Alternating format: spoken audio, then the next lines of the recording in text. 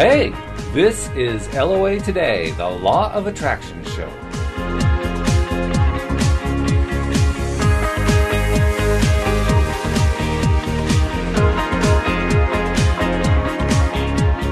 Welcome to LOA Today. Walt Thiessen and Joel Elston here.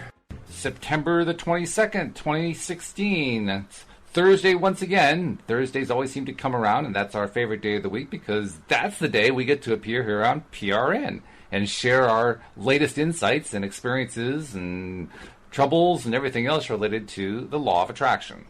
And this week, we thought we'd talk about one of our favorite LOA gurus. Mr. Mike Dooley does a daily note from the universe. If you're not on his email list, you definitely want to do it. It picks you up every morning.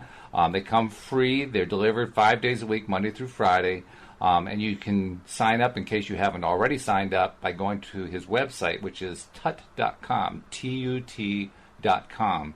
And there's a little button there you can click to sign up. You give them your email address. You provide a couple details about what you're trying to attract into your life, and then you start getting these notes every day. And Joel, they're wonderful. The notes pick you up no matter what mood you're in. Yeah, they're very helpful. And you know, one of the things that I love about Mike is I relate to him. There's several of them that I listen to, and I relate to him because he talks so much about how not getting stuck on the outcome. How the outcome's going to happen. Like when I listen to his videos, he's saying that one of the things that happens most to someone who doesn't figure out how to use the law of attraction is they get stuck on one course of action. Not only do they have the vision of what they want to happen, but they get stuck on how it is going to happen. Yeah, he calls them the horrible hows. Exactly. And the idea that letting go of how it's going to happen and allowing yourself to just understand it is going to happen, really, in his, at least from his teachings, is probably the biggest blocker of the law of attraction. Which is an interesting thing, but you're absolutely right. And I know from experience that it's a great blocker because I'm very good at blocking myself that way. Yes. I mean, I'm an A student when it comes to blocking myself with my own horrible hows. But you're right, he talks about that a lot, and he really emphasizes the importance of not worrying about the result, or looking at it another way. This is sort of an Abraham Hicks thing, making the result that you're looking at, how happy are you? How good are you feeling? How much are you focusing on what's great, what's going on in your life that really feels good, and so forth, instead of focusing on results. Or to look at it another way, focusing on where you want to be in the downstream, not what's coming from the upstream. So right. Mike does a great job of touching on that. In fact, we thought we'd share some of our favorite Mike Dooleys today. This is one that came out just a few days back, and I wanted to share it because I love it. It says, and these all get personalized, as you know, Joel. So you actually get your name in the email. And it says, Walt, it's easy. Just once a day, imagine the life you dream of. Believe that it can be yours in this world of magic and miracles. Choose to live as if you know of its inevitable manifestation. Don't compromise, don't worry, don't look for results. Haha, there it is again. And as surely as spirit crafts one moment after another, so too will it fuse together the life you now lead with the life of your dreams, as if they were two pieces of a jigsaw puzzle, destined to become one. This alone determines what's meant to be. And that really summarizes what we've been saying in a nutshell. Yes, absolutely. The where he nails it for me is just like I'm thinking. I'm trying to put in words how I have battled the outcome based. I not only do I want it to happen, but I have in my mind, I get stuck on here's exactly how I want it to happen. Oh, and when it doesn't work quite that way, then we focus on it even more. That's the really crazy part. Yes, and it has that idea that he was talking about how he does his daily notes in one of the videos I listened to, and he said he'll sit down and he'll just start writing, and it doesn't matter what he writes. Just writes anything. Anything, something along the lines of the dog went to the carnival is how one of them started, and just a nonsensical whatever. But his point is, whether it's writing a note or manifesting, a very successful business or law, the idea that taking action is sort of the step forward. If you're living as you really believe this is going to happen, you need to be taking the action to match that. And so by typing that, he knows he's going to write a note. He doesn't know where it's going to be. So some of his best notes come from just nonsensical ramblings that he's written down. And that is, I think, I have an accountant friend that finally let go of the idea that he was going to make all of his money by doing something new and exciting in accounting. Well, no disrespect to accountants out there, there's not a lot of new and exciting in accounting out there. And Mike Dooley knows that because he used to be an accountant. That's what made me think of it. Ah. And so the idea for this guy was he kept saying, Joel, it's not working, it's not working. Finally, he let go of the concept that it had to be with an account. I said, just believe it's going to happen. Well, a whole entire different industry came to him. A guy that was operating this business that was really successful, that needed an accountant. Well, he loved the idea so much, the guy asked him to be a partner in exchange for his services in the beginning. Well, that grew into a very, very lucrative business for him, and he obtained his goal not by the original method. The accounting wasn't what really got him there. It was what got him in the door, but it wasn't a new exciting thing in accounting that did it. It was he opened himself up to the idea of the concept of however it's going to happen, it's going to happen. And most people get stuck on, well, I am a computer programmer, so I'm going to make it through computer programming only. And that's where people get stuck. Absolutely, yeah. And in fact, I think all of us can identify with that because we all do it to one extent or another. I've been particularly attuned to how much I do it recently, especially since I've been trying to follow your path of not following the news every day, which, by the way, is really quite an experience. I'd forgotten what it was like. I think I told you that I had actually done it previously back in the late 1980s to the point where I had missed the fall of the Berlin Wall. Right. But it does have a very positive effect on you because not so much that it's a positive effect, it's that it takes away negative effect. It takes away all the negatives that the news keeps throwing at you. So as I've been reinitiating that recently, motivated primarily by your experience of starting to do this, I think it was last June that you started avoiding the news. I've realized again, yeah, this does work very nicely. But even in that context, even within that experience, we still find ourselves trying to look at the results, trying to see, okay, well, yeah, I'm feeling more positive. I'm not as negative as I was, so everything should be hitting. And it's one of the hardest challenges to overcome, to stop wanting to see, well, when is the result going to happen? When's it? I mean, it should be here any day now. And by the way, it should happen the way I had in mind, like you're pointing out, that it should play out because, like you say, I'm a computer programmer, and programming is the way to do it. Well, it's not necessarily. And in fact, what I am learning more and more, relearning again, I guess I should say, because I already knew this, but somehow I keep wanting to repeat the experience over and over again for some reason.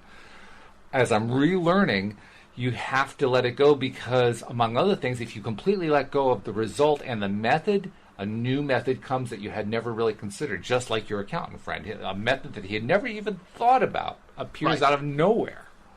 Well, and it wasn't until he, just like you're saying, until he let go of the concept that he had to force it. I have heard of people that, okay, the only way this can happen is I can't imagine the universe providing me this, so I'm going to buy, $100 in lottery tickets a week.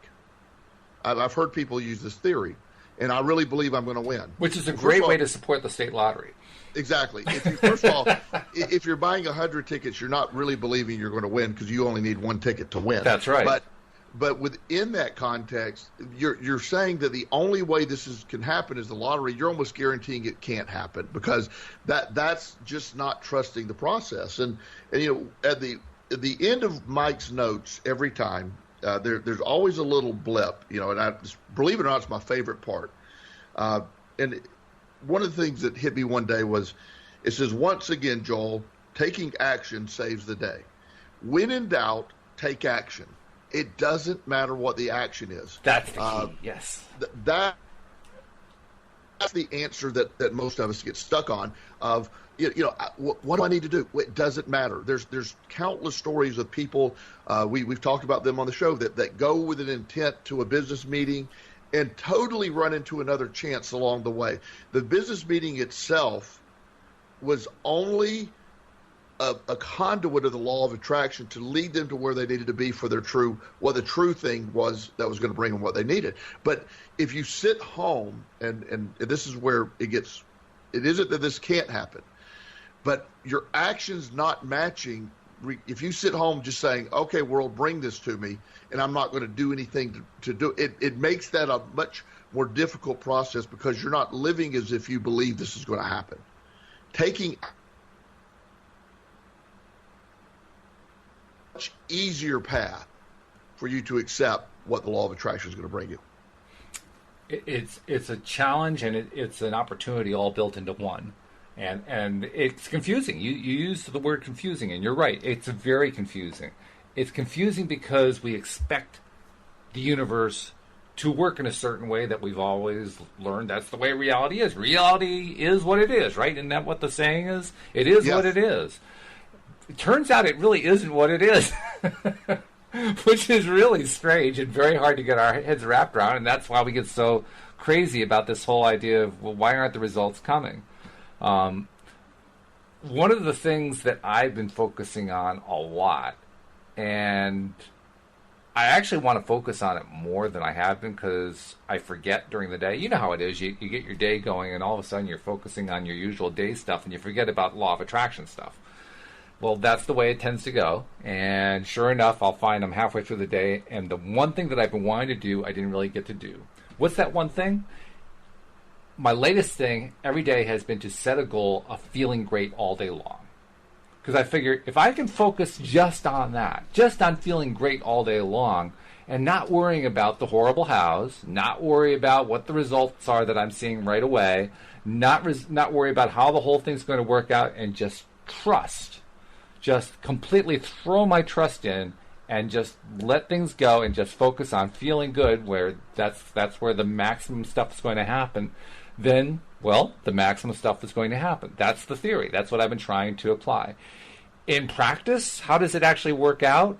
Well, as I work through my day, almost immediately I find some sort of challenge thrown my way, first thing in the morning, and inevitably it leads to me focusing on, well, I got to find some way to fix this. I got to solve this problem, right? And I got to solve this next one and this next one. Of course, the act of solving all these problems means that the law of attraction keeps sending more problems to me. Right. Absolutely. It's quite a thing. So I keep finding myself getting like halfway through the day or 3/4 through the day and saying, I did it again. How am I going to stay focused on just feeling good all day long? I keep getting sucked into all these problems that keep appearing out of the woodwork, and I keep solving problems, and then more of them keep coming. It's like, I got to turn this thing around somehow. Well, another Mike Dooley that came out a few days ago at least gave me a clue about how to do it. And let me read it to you. It says, every single minute of every single day, they're there. They may be hidden behind circumstances, people, or light poles, challenges, closed doors, or lost keys, camouflaged, dovetailed, or whispering, purring, kissing, or hissing. But more often than not, they're lying about in the open under a clear blue sky in plain view. Absolutely guaranteed you'd throttle me otherwise. And what are they? 10,000 reasons to be happy. Yeah. So it's essentially, I just need to spend more time looking for reasons to be happy, which is a nice task actually to have. It is, and there are days. I had a very rare day this last week for me, and I analyzed it because it was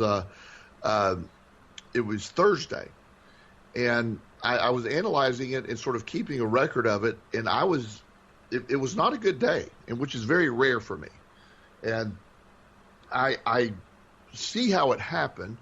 It involves customer service, and it involves Comcast and DirecTV. And that the combination's a really bad thing. And what had happened is I've been having all kind of internet troubles, and I was paying a ridiculous amount of money for DirecTV for one thing, and then internet with Comcast. Mm-hmm. So while I was getting repaired on my internet, and they brought me new boxes, and they did a really good job on that. Somewhere along the line, somebody said, "Look, we have this really good deal that you can get. We can throw in your cable TV and actually lower what you're paying now for your internet." And I'm like, "Wow, that is just how do you beat that?"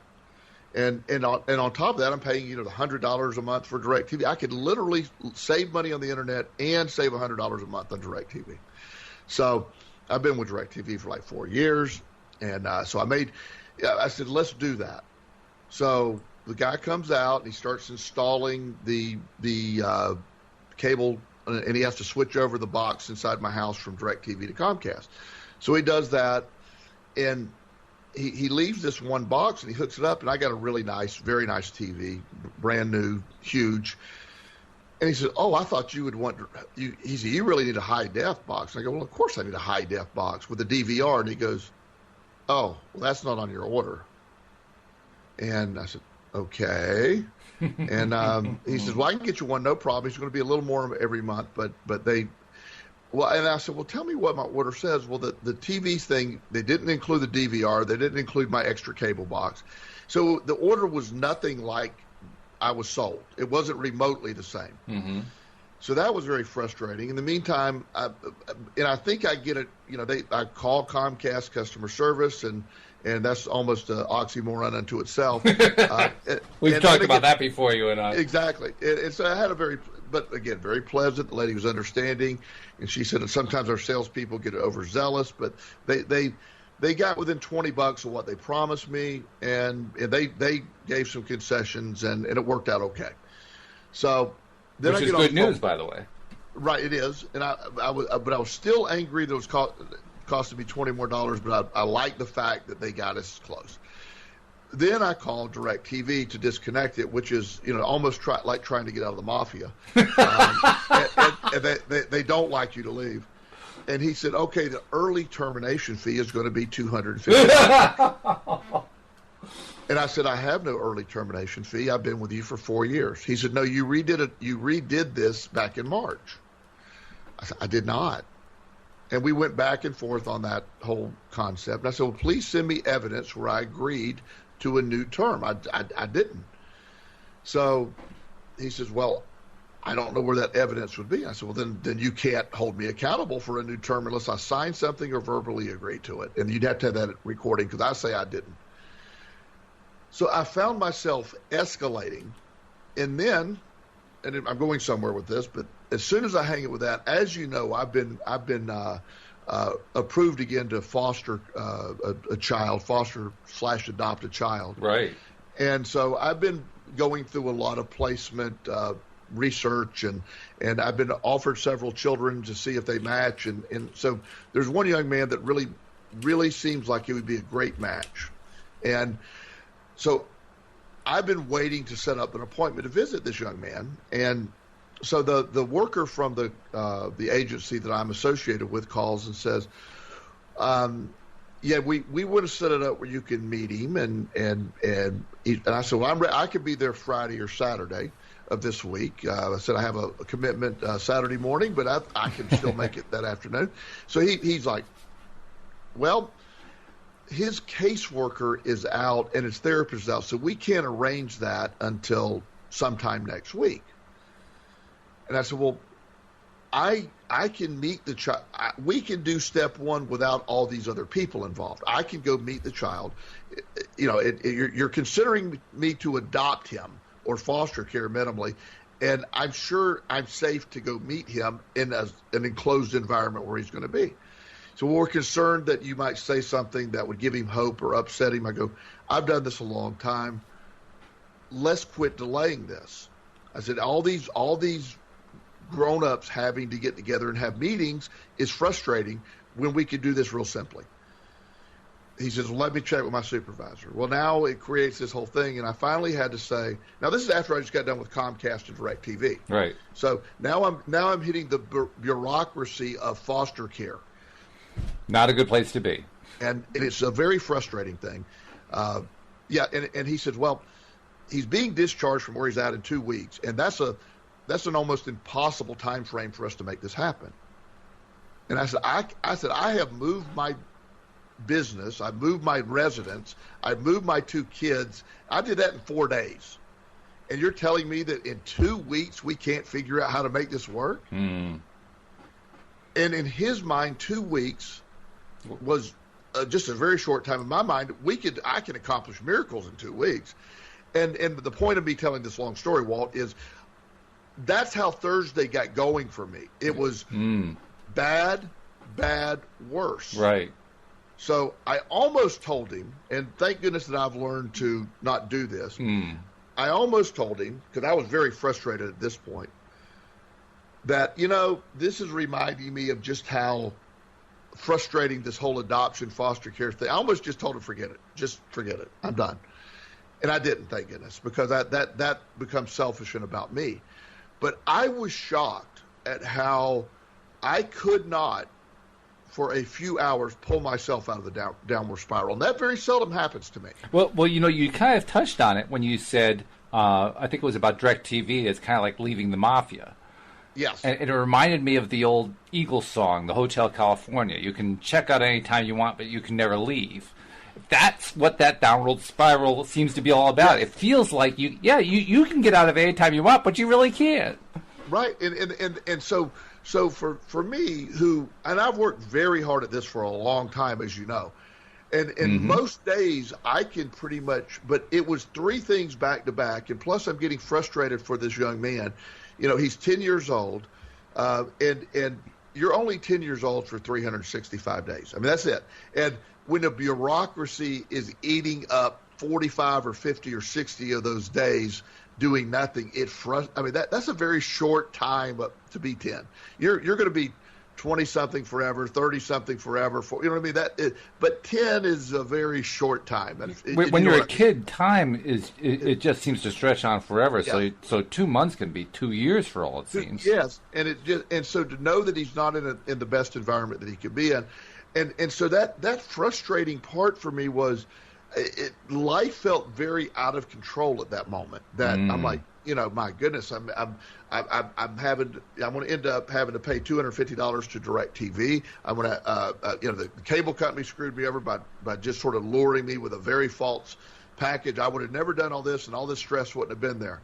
And so Thursday was shot for probably, and I almost didn't. Thank goodness, I finally realized this. It got to be about 3:00, and I hadn't been to the gym. And I'd taken off for appointments that day because I had a lot of stuff to do. And finally, I've caught myself saying, just screw the gym. I'll go tomorrow. And I caught myself and said, the only chance I have of stopping the downward spiral at this point is to go work out. Right, because that's one of your safe things to do, yes, to get yourself into a good frame of mind. Yes. Now, I had a headache at that point. I just wasn't feeling good physically. And so I went to the gym and I just started. And it took me probably about 15 or 20 minutes to get the blood flowing. And then I was able to start changing the curve. And I started to myself, okay, first of all, regardless of how we got there, I really do have it's nice to have my TV, my cable all in one package. If I've appealed the thing to DirecTV, but at the end of the day, is $250 worth my happiness? It's really not. If I lose $250, it's not worth my happiness, and I can let that go. $250 is just not that big of a deal. And so I was able to walk all of it back. And yes, the bureaucracy exists with the kid, but if I give up, that kid is going to just be, I'm going to help victimize the kid by giving him to the bureaucracy. Right. And so I was able to do all that, but for the longest time, and probably a year of my life, I could not pull myself out of the downward spiral this Thursday. It took me for the longest period of time that I've dealt with that, and I've journaled that night and thought about it, and it really helped to see how we got there, and it gives me great empathy because I'm all in on this, as you know. I'm just all in, and so I'm not trying to say if this can happen to me, it can happen to anyone, but I sort of am. I spend a lot of energy on this. Oh, absolutely. So, because, I mean, when I look at you, I see somebody who has really embraced the whole positivity, the whole law of attraction thing, saying, you know what, I'm going to go for positive spirals. I'm going to get out of negative spirals. I'm just keep focusing on the good stuff and block out all the bad stuff and just keep going. So when you run into a situation where even you are having trouble, it shows just how thoroughly programmed we are over the years to attune ourselves to the negative, even when we've been working on the positive for a long time. It's something that means we have to be constantly vigilant, and you experienced it directly. Yes, and I've found it amazing how it affected everything, and having experienced it, of course I'm going to turn it into a positive again now that I've experienced it. I look at it and I call that day is my reminder day because things have been going so well, and the idea that a cable company and could really get I got to work harder. If a cable company can get me in a downward spiral, I'm not doing it as well as I should be doing it, and I need to remind myself of that. And it's something that I have such empathy for everyone that's trying this and it gets frustrated with it because it's real. And there's our listeners are probably going, okay, this man's problem is cable companies. Yeah. And I understand that. I mean, because I say that as well. Because in the big scheme of things, I don't care. I none of that matters. It's so silly. But when you're in the middle of it, that's where you get in a desperate feeling, and you invite more of that downward spiral. Absolutely, and that's why I love that Mike Dooley's notes. One of the things I did later that day is I just pulled up on my I never delete his notes, so I just pulled them all up and just started reading them. Then I started listening to my video. I got some depends on where I'm at in my videos, but I went back to some of the basic stuff in my videos, not the advanced stuff I've been listening to. And I sat down and I meditated, and by the end of the night, I was able to totally have an upward spiral, and really I didn't go to bed in the downward spiral, which is great. Mm-hmm. But I was shocked for the first time in over a year that I had an 8-hour period where I was aware of it and couldn't do it. That's big. That is. It's huge. Yeah. In fact, it's interesting that you mentioned that you keep all Mike Dooley's notes, because I do too. Now, here's an interesting twist on downward spiral, okay? I've been keeping his notes for years now. This past June, I did something really dumb that ultimately ended up erasing all of the notes I had saved. And I was devastated. I was absolutely devastated because, like you say, this is a great resource to go to when you need to just pick yourself up just by reading through the old notes. And I had just destroyed one of my best archives. And what did that do? It started putting me into a negative spiral. I mean, it's crazy. Until I finally remembered that, oh, wait a minute. These come in every day. I can just start collecting a new collection. Yeah. But that was blocked in my mind for such a long time that day. It was amazing. That's just great examples of of where you can be at. And so when you're struggling or you perceive yourself as struggling, you create more of a struggle. And until you can learn to break the pattern, and I've always known how hard it was, but being where I'm at in this process, I was shocked to find out that it still can happen to me on that level. Where I just thought I'm sort of immune to those long term down, and when I mean 8 hours, that's so much better than it used to be. But 8 hours is long term now. It used to be thought I could go no more than 30 minutes in it. So it is a very and I was able to pull my tools out, and I don't want to live there. But when I was in the middle of it, I couldn't seem to not want to live there. I know that sounds redundant, but it was very difficult. I was like, I don't like how this person is feeling it. Me being that person. One of the most fascinating things about negative spirals and positive spirals by converse is that negative spirals are where we find things to be difficult. Which, on the surface, that sounds like, well, yeah, that makes total sense. But we don't often realize just what that difficulty is doing and telling to us. Here's another Mike Dooley that kind of helps clarify it. He says, almost no one ever says it will be easy. Actually, most say it will be hard. Really, really hard. What do you tell yourself day after day, Walt?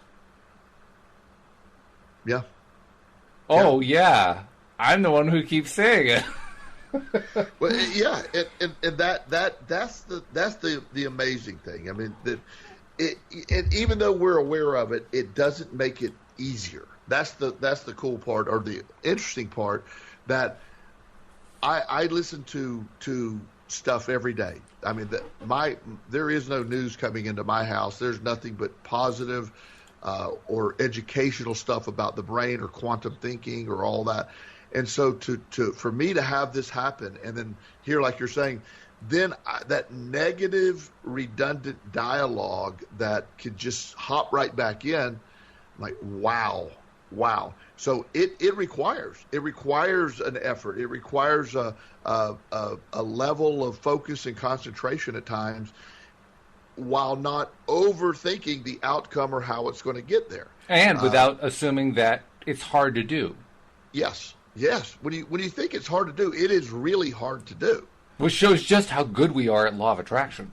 Yeah, absolutely, and that's a reinforcer of how it works. It's like, what if that combination of the order in which I was talking to people on Thursday, the cable company, and the piece that I left out is I had a window of the cable company coming between 8 a.m. and 10 a.m. Right.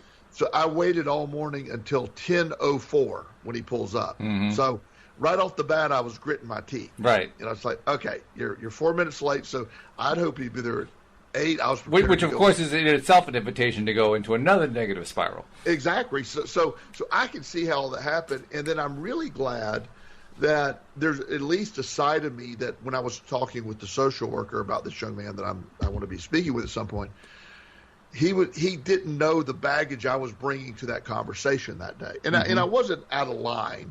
I just told him that I find it frustrating that children are waiting for grown-ups to have meetings, which isn't crazy. I mean, that is a true. It's still a true statement. That the bureaucracy that they're involved with is frustrating for the kids.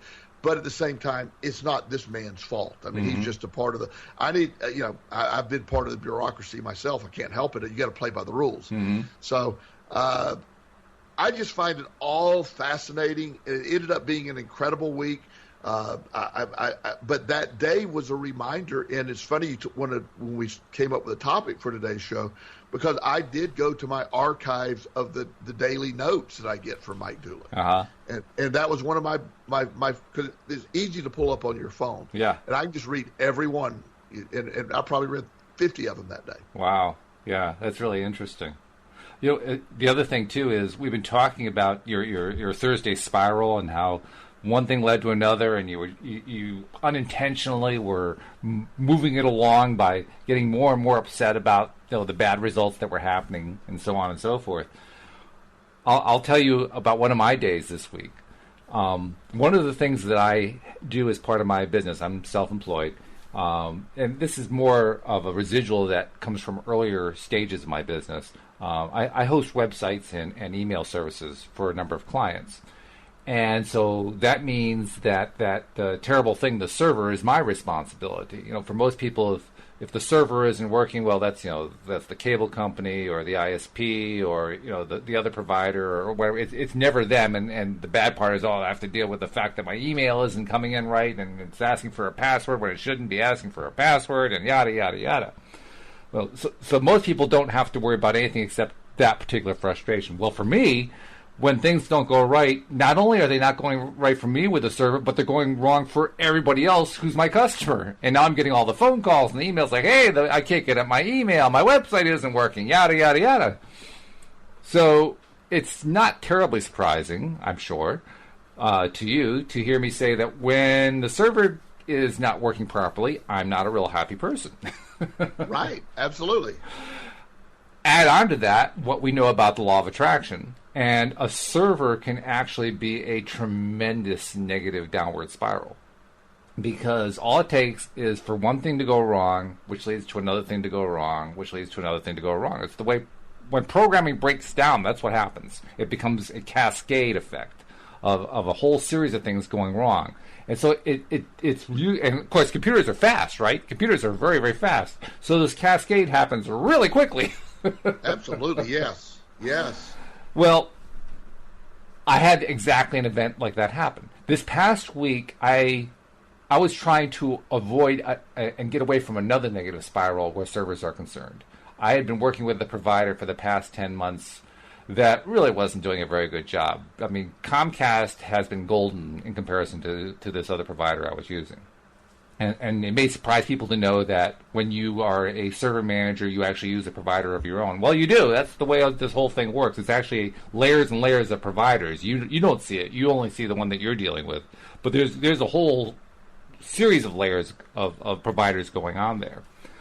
Well, my particular provider was a mess. So I said, okay, I'm moving to a different server with a different provider. I'm going to shift everything over, which, by the way, is a Herculean task. It's a gigantic task to do that.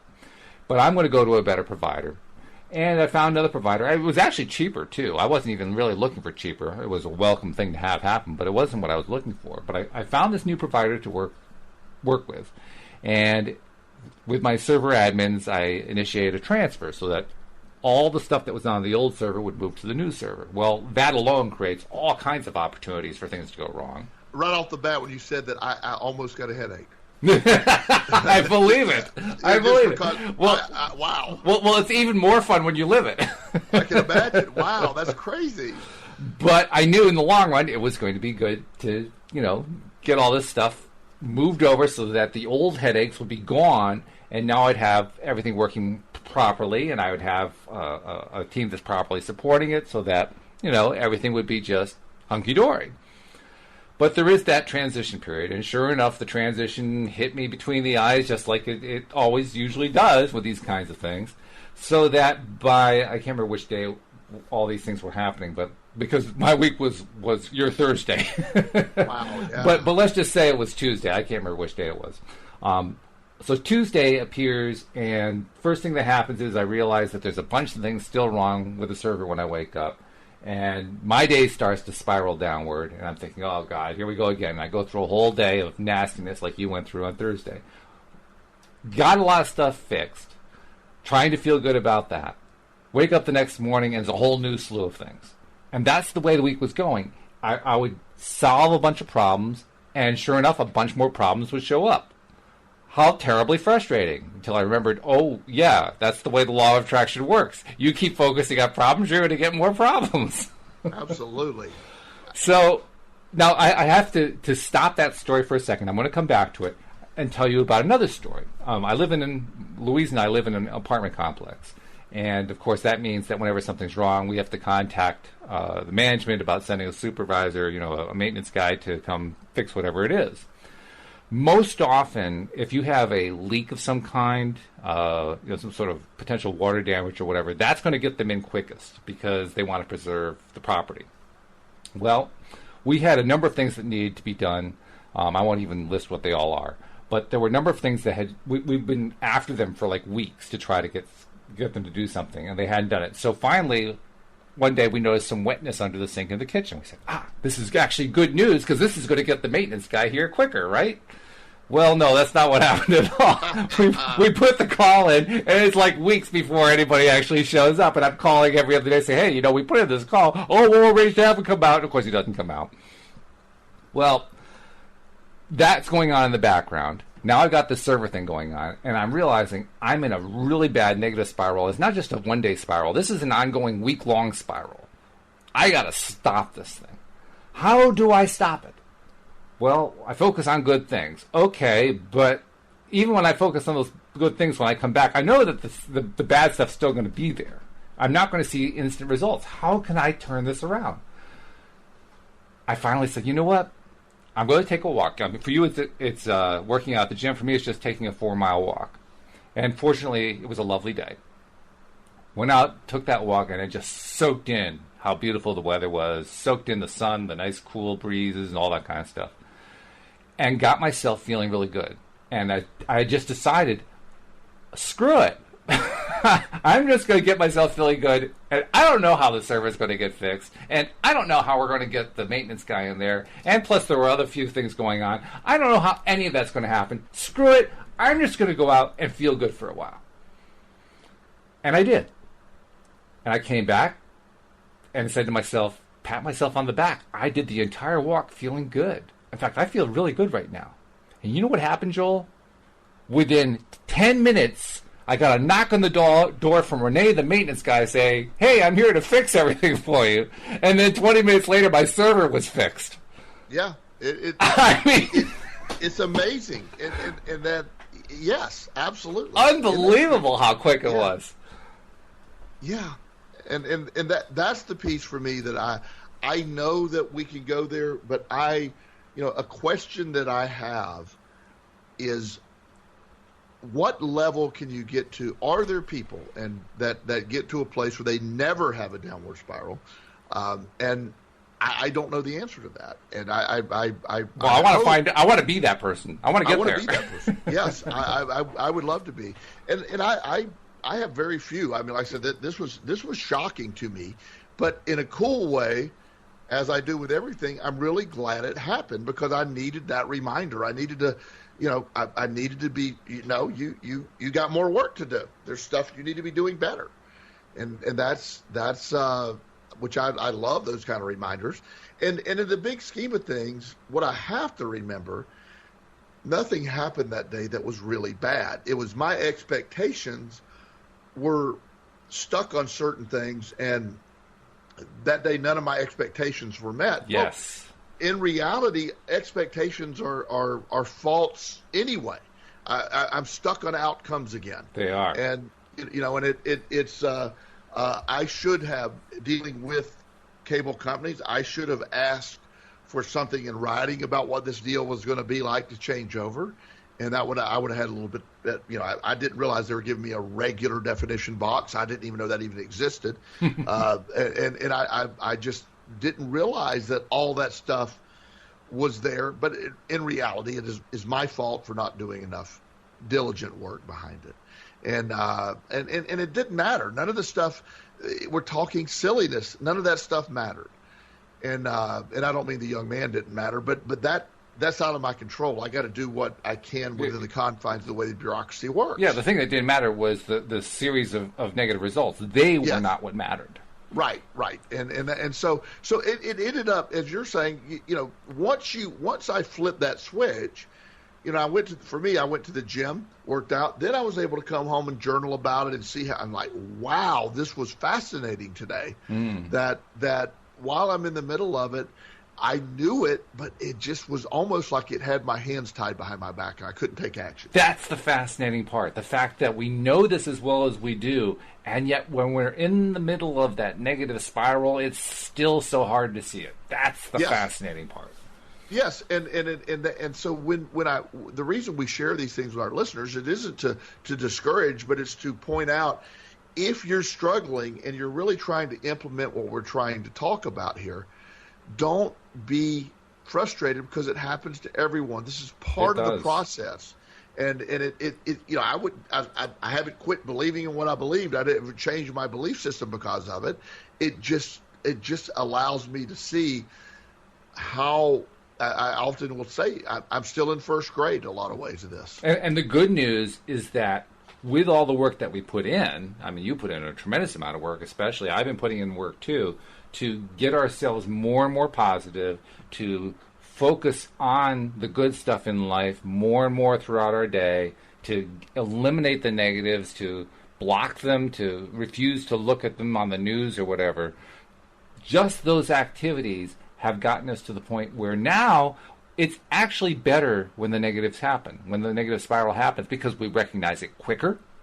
We can, if we put our minds to it, in the midst of the spiral, remember what the solution is. Back when I first started with the law of attraction, I couldn't even remember what the solution was.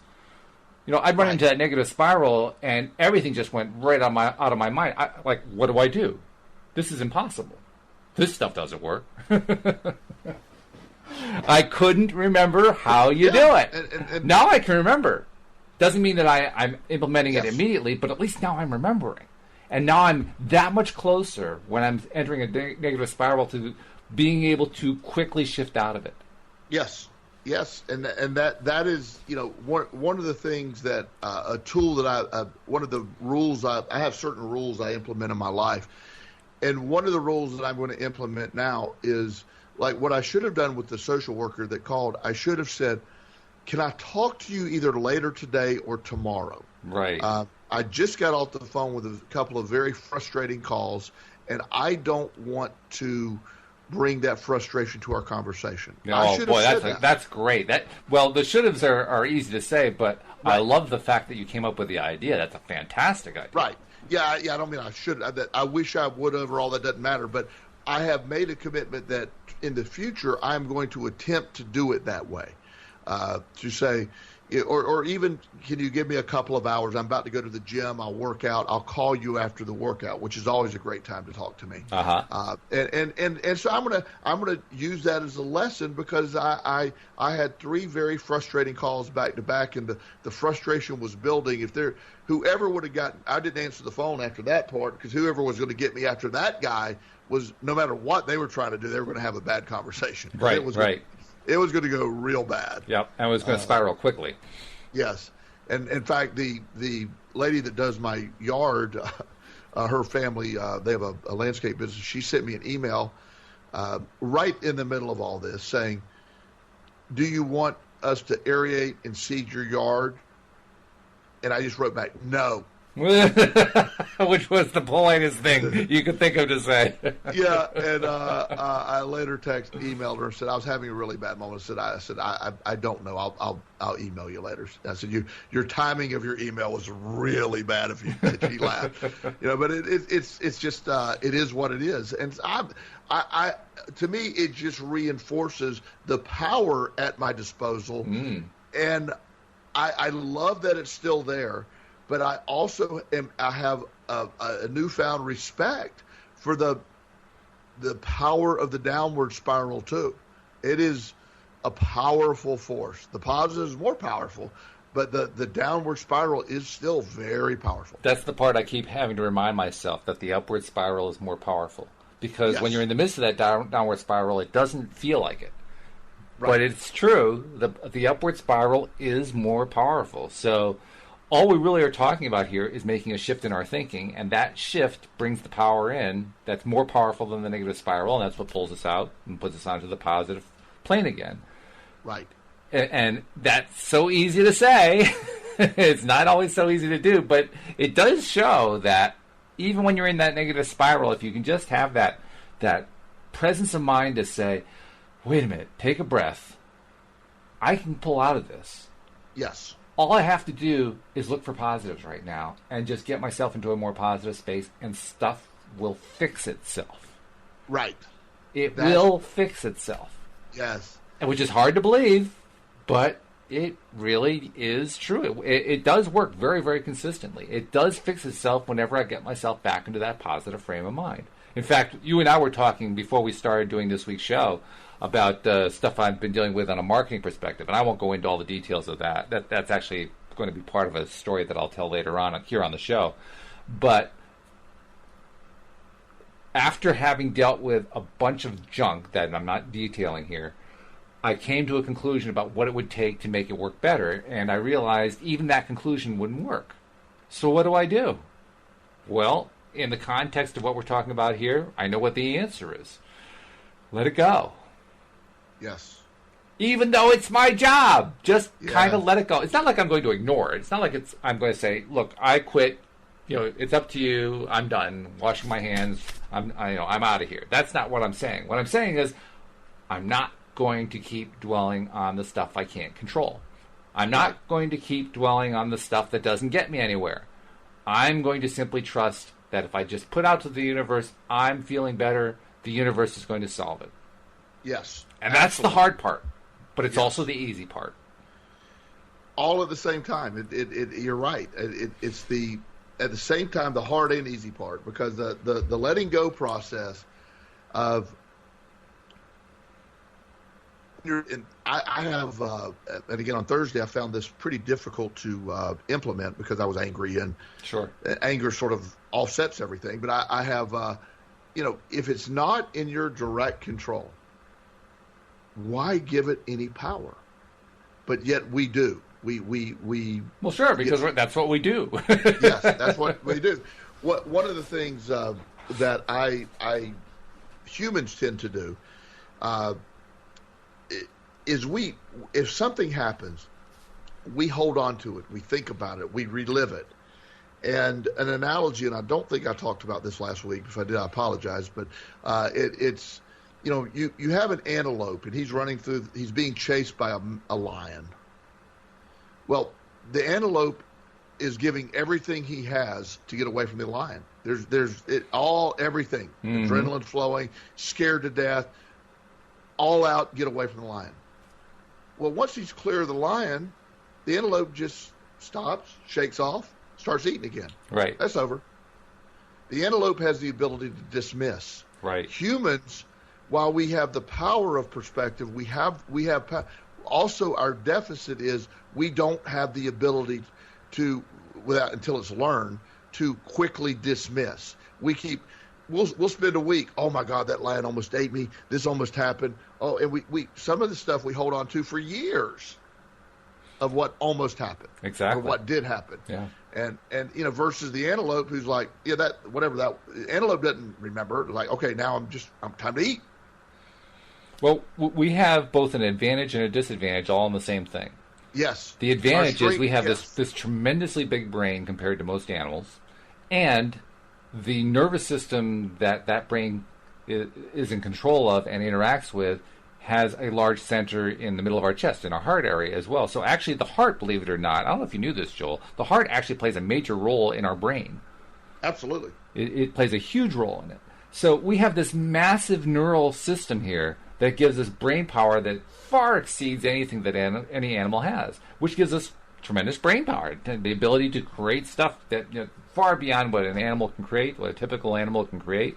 But it also has the negative side, which is, like you say, we can focus on, wow, that lion was chasing me for eons. We can make it end endlessly being chased by the lion. So it's a two-edged sword.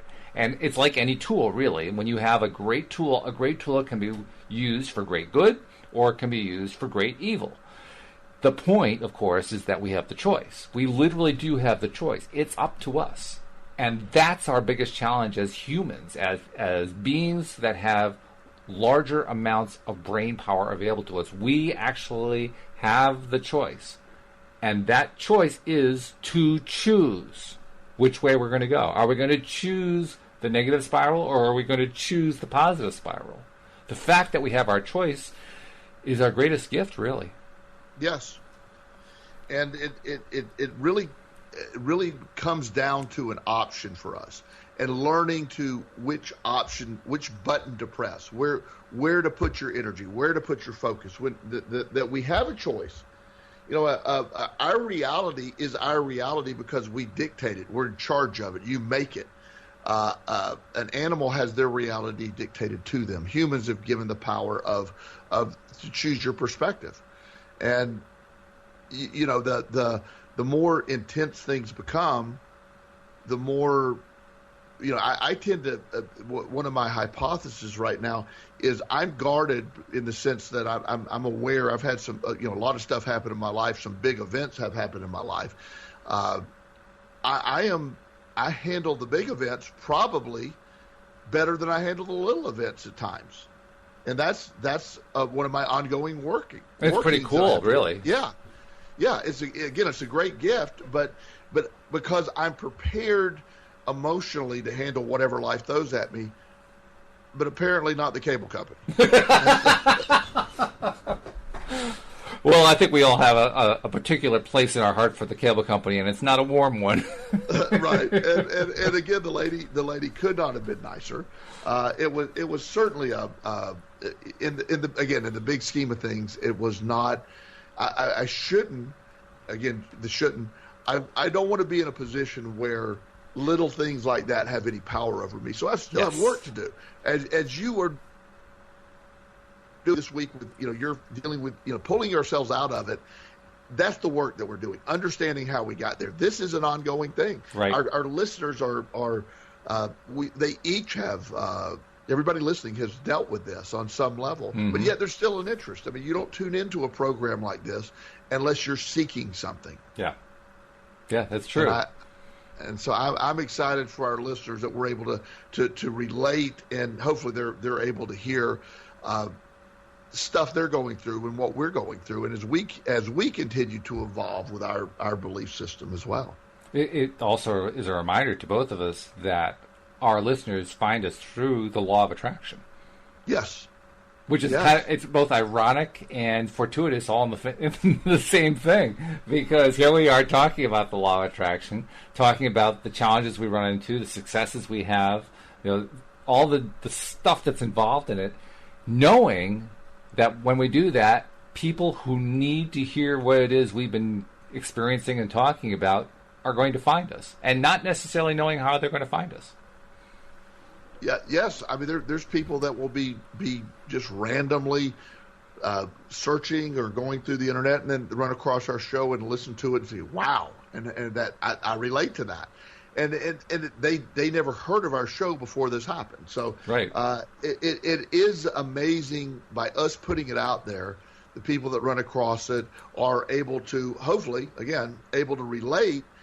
And this can further their progress or further their endeavors in the law of attraction and using it to their benefit. Because everything we're talking about is reinforcing the law of attraction, whether it's the negative side or the positive side. But we certainly see the law of attraction as, I never once doubted that the law of attraction was at work. I could just see where it was working in a negative direction for me. Yeah. Oh, absolutely. And in fact, we've got just a couple minutes left, so I'm going to tell a story that's directly related to our show and how we're attracting people in. You and I have previously talked about how we really need to get our iTunes podcast going. In other words, we have podcasts which need to be updated on the website so that people can actually access it, but they also need to be able to find it in their iTunes for people who have an iPhone. Well, Joel, as perfect for this whole conversation, I've been working for weeks now trying to get that feed to work in such a way that iTunes will like it. And you know what? I have stumbled over and over and over again. Every time I think I've got it right, the iTunes, you go to their podcast center and you plug in your URL to your feed, and they tell you whether or not it's validated. Every time I validate it, it says, nope, it's not validated for this reason or that reason. And I'm finally realizing that, you know what? I got to trust. I just got to put some trust out there. I got to stop trying to solve it all myself. Yeah, I have to take steps because this is technical stuff, and with technical stuff you have to take steps. But that doesn't mean I'm responsible for the final result. I'm not. I can't be. So I have a new resolve. I have people who I'm reaching out to for help. I'm going to trust they're going to be able to solve this thing. And by God, within the next week or two, that feed is going to be working, and now we're going to have a new way for people to find us. That I look forward to that. And I have zero ability to offer any help and root you on from a distance. Well, clearly I've got all this ability and it's not helping me. So, but that will be another way to put it out there, because I know that I have several podcasts that I listen to that are people that I've never heard of before, that I've just searched law of attraction or positive psychology or something along those lines, and they're now part of my podcast that I listen to. So. And that's what we're looking forward to here. The fact that more people, as soon as this thing gets fixed, through whatever way it's going to happen, because I'm just going to let it go and the universe is going to solve it somehow, I'll keep taking my steps, but I'm not going to be responsible for it anymore. And, of course, that's what's going to end up getting fixed. And when that happens, more and more people are going to find us. It's going to be cool. It is, Walt. It's a pleasure again this week to be able to speak with you. Pleasure talking to you, too. Thanks again, and we'll see you all again next time here on LOA Today. Goodbye, everybody.